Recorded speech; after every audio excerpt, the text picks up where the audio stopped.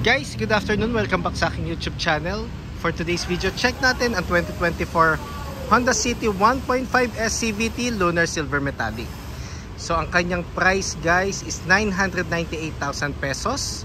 So ito yung second variant ng automatic transmission natin ng Honda City.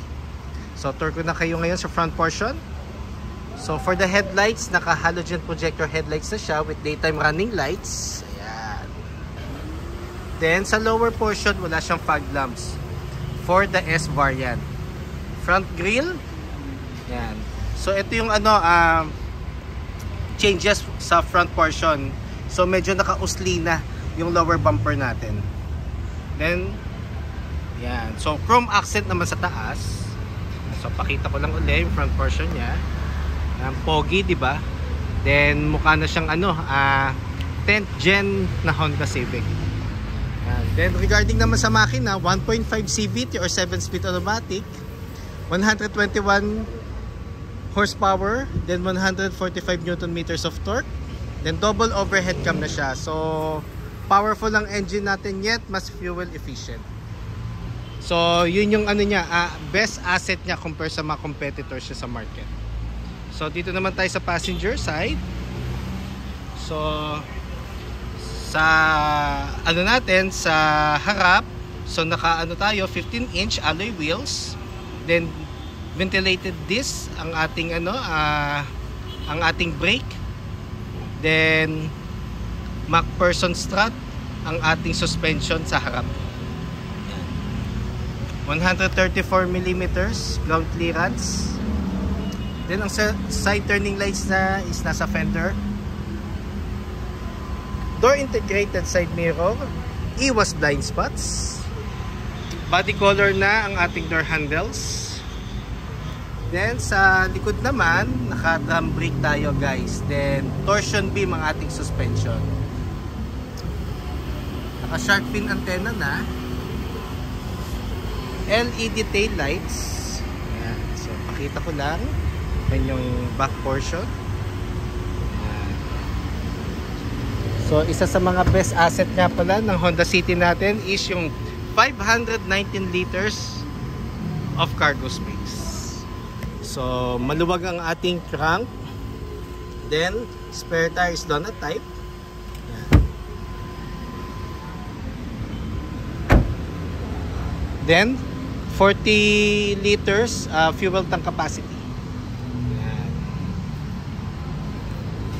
So ito naman ang driver side niya. Yan. So sa second row, tour ko na kayo ngayon guys. So regarding sa sides, you retain ang ating texture with fabric. Then ito yung kanyang second row. So fix siya guys yung headrest natin. Hindi siya na-adjust. Then seats natin is fabric din. Yan. Then ang ating ceiling nga pala guys is light gray. Ayan. Tapos ito yung dome light nya. So dito naman sa S, wala siyang rear aircon vent like VNRS. So normally 2 cup holders lang. Or it's either pwede mo siyang lagyan ng option na armrest. So dito ilalagay yon sa portion na yan. Then keyless entry na rin siya guys ha. So magkaiba ang keyless sa smart entry. So pag keyless, gagamit pa rin tayo ng susi to unlock and unlock the unit. Yan. Tapos ito yung kanyang buttons dito sa driver side. So manual folding ang ating side mirrors, pero yung the mirror itself, ito yung controls niya. Left and right, control knob, central door lock, power windows. Then, sa driver seat, manual adjustment. Yan. So, meron din siyang height adjustment guys.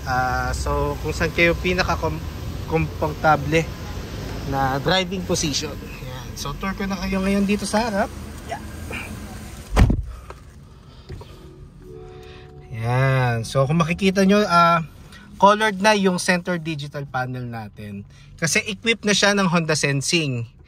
So lahat ng variants natin, ang center is colored na yung digital panel. Yan. So start ko lang guys. So push start button na siya.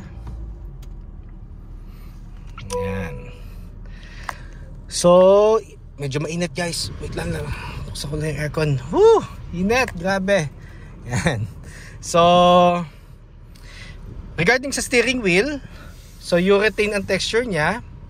Audio control with hands-free telephone assist. Then meron siyang adaptive cruise control and lane keep assist button. Ayan. Tapos touchscreen audio unit with Apple CarPlay and Android Auto ready. And guys, wireless na nga pala siya. Yun yung maganda ngayon sa Honda City natin na 2024. And aircon buttons. So ito yung fan, ito yung ventilation, ito yung thermostat.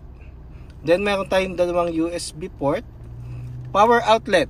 So sa mga previous vlogs ko, lagi ko sinasabi, kung magpapakabit kayo ng dashcam, which is very needed na accessory ngayon ng kotse, basta plug and play, dito manggagaling yung power source, no problem. Wag lang yung may tatap na wiring. So kasi pag nagpakabit kayo sa labas ng dashcam na may itatap na wiring, possible magkaroon siya ng conflict sa Honda Sensing. Yun. So para safe lang tayo guys, every time na magta-travel tayo. So meron tayong 2 cup holders. Then pag nag-surrender nga pala kami ng unit, dalawang smart key ang aming binibigay or tina-turn over. So mas maganda, alternate ang paggamit. So every month, palit ka para at least yung lifespan ng battery mo hindi agad ma-dedrain. Tapos transmission natin. So itong portion na to, dito mo ilalagay yung manual key just in case ma-discharge yung battery ng unit mo at na na-stuck ka sa gitna, para maitabi mo lang siya.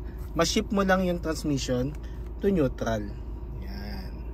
Tapos icon button. So pag pinindot mo yan, lalabas sa panel yung green leaf na symbol.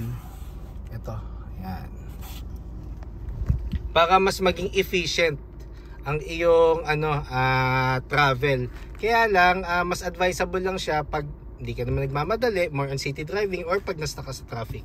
Mas maganda on mo siya. Yan. Tapos dito sa center, traditional handbrake. Then itong portion na to for the coins or siguro wallets. Yan. Then passenger seat. And fabric seats natin. And at the same time, ito yung glove box niya. And then chrome ang ating trimming sa panel. Yun.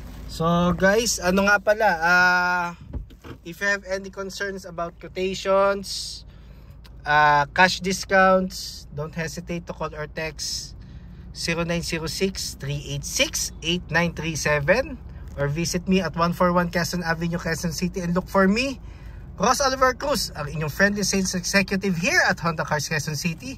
And kindly subscribe na rin pala sa aking YouTube channel guys. Pasupport lang.